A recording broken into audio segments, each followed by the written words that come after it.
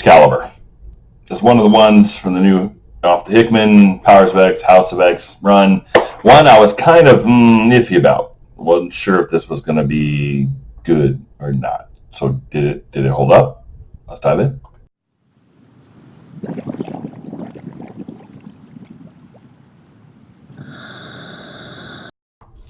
Welcome back to Long Box Diving, where we explore comics and story arcs pulled from the long box. Now we're talking about Excalibur. The new Excalibur is coming off the Hickman, Powers of X, House of X line. The miniseries has just finished up.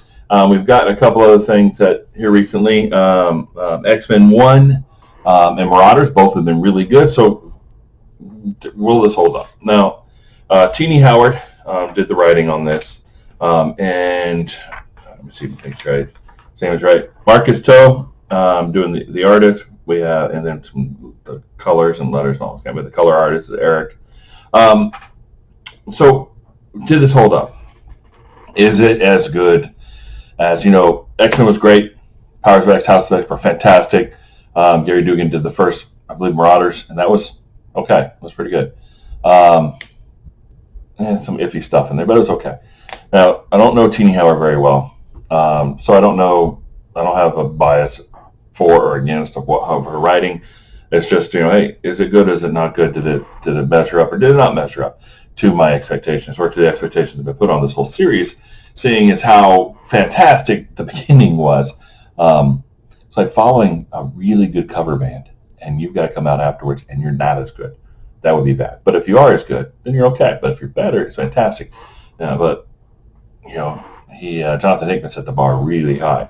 So we start out with Camelot. So we have Morgan Le Fay is the leader of the other world, of the Camelot world. There's a siege. Things are going on. The Arthur Pendragon is missing. And then she takes Sir Gaheris down to this portal, right? And she just takes his face and drowns him in it, right? And basically she's saying, hey, do you see this? She calls it witch weed, but we know it's Krakoa. Krakoa is kind of blending through all these different portals into other realms, apparently. And she's like, hey, these witch weeds coming through, they're polluting our kingdom of Camelot. And she shoves his face down in there and just kind of, I guess maybe he died. I don't know. But then we go and we see the whole team. We got Betsy Braddock, we got Rogue, Gambit, Jubilee, Apocalypse, Trinary, and Brian Braddock. I don't know if they're all the team per se, or they're the ones in specifically this issue. We start out where Betsy is back at her home in England with her brother Brian Braddock and Megan. And basically she's like, kind of been here for a while, through the story with, she was split from Kwannon, became Psylocke, and then Betsy. So they're now two separate entities. And, she's kind of deal with, this, who am I now? What am I now? I've been merged with this, assassin ninja for years. So now who am I as a separate person? How do I live as a separate person? So she's going to go ahead and go to Krakoa through the portal, and she steps through the portal. And, of course, everybody there is like, hey, Psylocke, how you doing? She said, no, I'd rather be Betsy Braddock. So she is now Betsy Braddock. Then we see Apocalypse talking to Trinary, and he says, I prefer to be called ... over dash ... pipe ... I don't know. He's changing his name to a Krakoan name based off the Krakoan alphabet, but I don't recognize that symbol in the middle. So, but he brings it up a lot. So I'm not sure if it's supposed to be a joke. I didn't take the time to try to decode that. I'm assuming his new name is Apocalypse something in Krakoan, the Krakoan language. But it is brought up a lot, so it's kind of like a joke, and I'm not getting the joke. So I'm not sure if it's missing or I'm just missing it. But so we have these different portals here. He's talking to Trinary. He's like, hey, these portals that we have, you go to different places in the world, and some of them in space, like the moon, Mars, or whatnot. But some of these portals actually go into other dimensions. But in one of these other dimensions is the other world, the kingdom of Camelot. Now, they can't break through the portal on their own. There's a barrier. So something is blocking them from being able to go over there. So they need a champion. They need somebody that can jump dimensions and other things like that and help them out. So then we flip over and we see this white page. So basically, they're talking about magic in the world has always been of a certain paradigm, and as above, so below. We've heard that. I've heard this in many different movies, different things like that. As above, so below. So that was kind of the magic paradigm. And when mutants came on, and with Krakoa and this whole Powers of X, House of X thing, the whole magic system is flipped on its head. It is now reversed the paradigm from so below as above. And the old power symbols that had to do with magic were circles. Well, now circles are gone, and it's now X's. X's is superior because it only requires 4 hands to manage it or something like that. Not 100% sure what they mean by this yet. So hopefully as we go through this, maybe they'll explain it a little bit more. Then we see a coven here, a Druid coven that they're trying to talk. They're trying to do something with Camelot, and then Morgan, a knight. There's ghosts coming around. A knight shows up, and then Morgan Le Fay shows up. And Morgan's basically, I'm cutting you off from your power. No more power. No more magic for you. Any persons that draw magic from the Camelot realm will no longer be able to use that magic until somebody takes care of the witchweed. Which they're trying to say, hey, that's not us. That's Krakoa. That's mutants. It's not humans. It's mutants. It's not our fault. They're like, well, I'm not turning the spigot back on until you take care of the mutants. And so now Morgan Le Fay has basically set all the magic users of Camelot realm, so druids of things, witches of things of that sort, to target Krakoa because she believes Krakoa is invading her realm. And she's going to basically turn off their magic until they do so. So we're back on Krakoa. Kind of they're all doing their thing, having a party, and then she sees Jubilee is there with the baby, and she's talking to Betsy, and everything's fine. Then she talks to Goldballs, which he says his name is now Egg. And like she said, I don't think that's going to last. The guy had a stupid name to begin with. Now he goes for Egg. All right. So they come back, and basically her brother, Tom, is just making a jerk of himself, messing around, his normal stupid. He's like, hey, you were reborn here. You were reborn as you had a life that you could basically do everything over again. You didn't have to go back to being stupid and a jerk and all these kind of things that you were before. You had the ability to actually do something new with your life. And he's like, you know what? I don't want to talk to my brother. I don't want to do this. I'm going to stay on Krakoa, and I'm just going to be me. And that's it. This is what I want to do. I don't like humans. I don't really care for our brother. I don't care for our parents. I'd just rather be me and do what I want to do. And she kind of just pops him a little bit with a psychic blast and storms off. And she goes and meets with Apocalypse.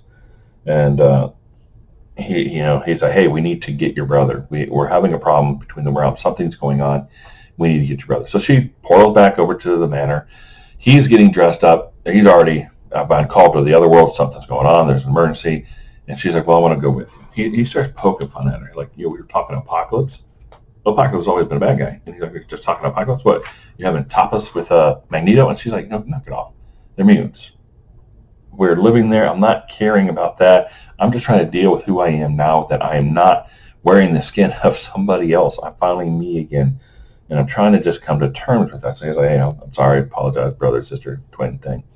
And then they teleport to Avalon, into Camelot. And of course, they come right into Morgan Le Fay. And she's like, hey, you are my primary champion, Captain Britain. Why have you not fought this witchweed infection that's coming through the portal? And basically, they call them the twins. They call them the Defender and the Protector and Defender of the realm. And he's like, you brought your own sister she's one of the mutants. She's obviously one of the enemy. And they're like, I want you to kill your sister. Yeah. So now we're back into Krakoa, and we have Rogue and Gambit walking around. He's taking risks by not wearing a shirt.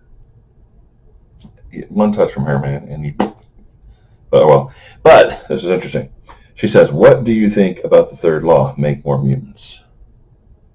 How are they going to make that happen? All right, so Trinary shows up, said, hey, we need your help. Apocalypse needs your help. The Braddocks are going to be portaling over into Avalon. They're going to be attacking the portal. We need somebody to absorb from the portal. Because I guess Krakoa is the portal. So she's supposed to siphon some of Krakoa so she can manage the portal. I'm assuming that's what's happening here. I really didn't get a lot of it. It says, simply apply the gifts to the gate. So Elizabeth is incredibly powerful psychic presence. With the gate weakened, I can perhaps sense her and guide her to safety. So basically, he's having her absorb Krakoa's by way of gate and do something to weaken the portal so he could talk to Betsy through the portal that's now weakened, but he's actually weakening Krakoa. I think.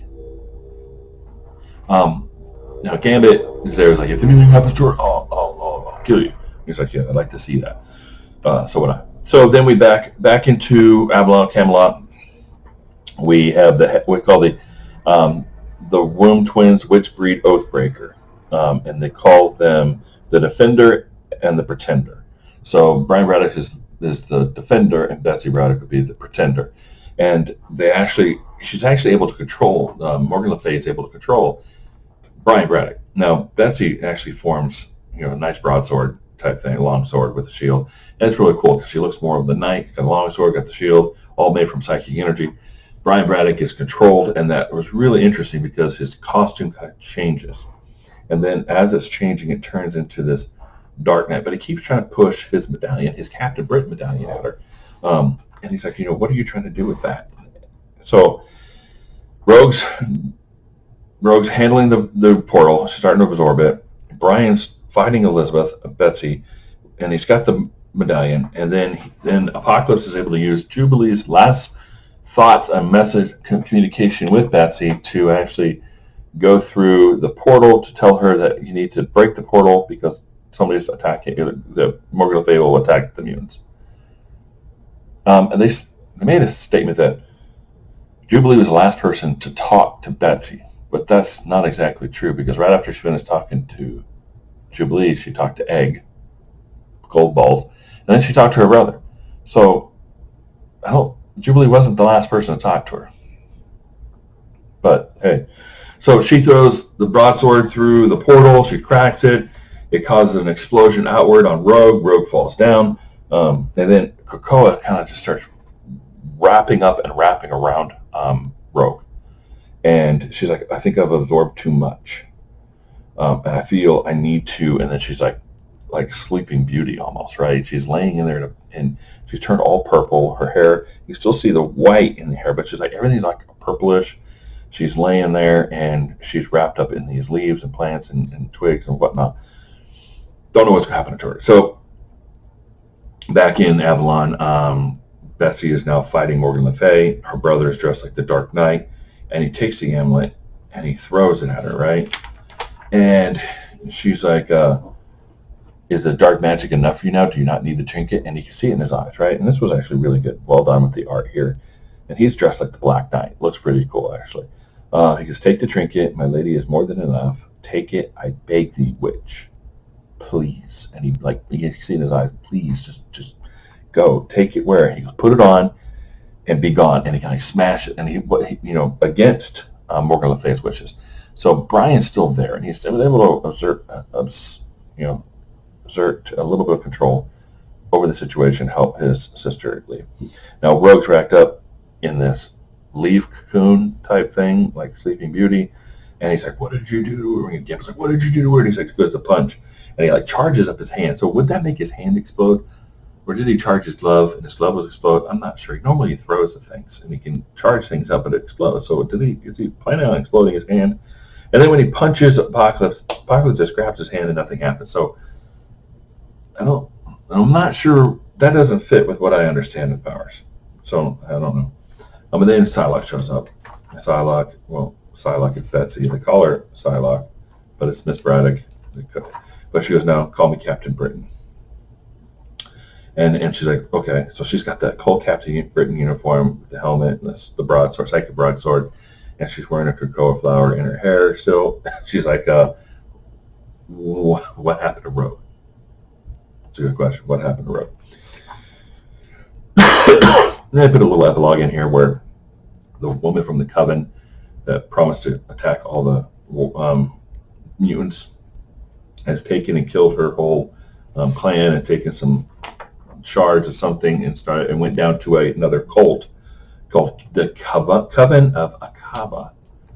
Not sure who that is yet. And then the last place had this invocation of the gods, whatever that is, something from the Coven of Akaba. So, all right. So it was pretty good. It was okay. I mean, it was interesting. I'm not getting everything there yet. I'm not getting all little pieces, but it seems interesting so far. So it's one of those that, yeah, I'll probably get number 2, but I don't know. Is it good? I don't know yet. I don't know if it's going to stick around on my pull list. There's some things that just don't fit right. Just doesn't make sense in some cases. So, but it's not a bad book. I just don't know if it's going to be recommended yet. We'll have to see what happens with book number 2. So if you enjoyed this review, please like and subscribe, and we'll see you next time here in the Long Box.